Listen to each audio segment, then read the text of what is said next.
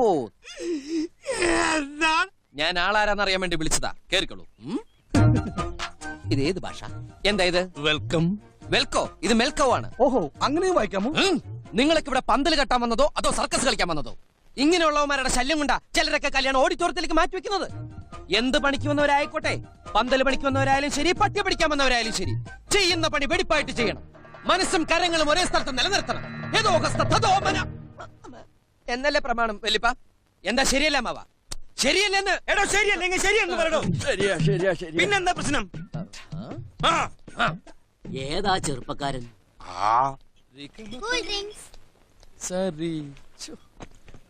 അയ്യോ, മുഴുവൻ കുടിക്കാൻ പോവാ.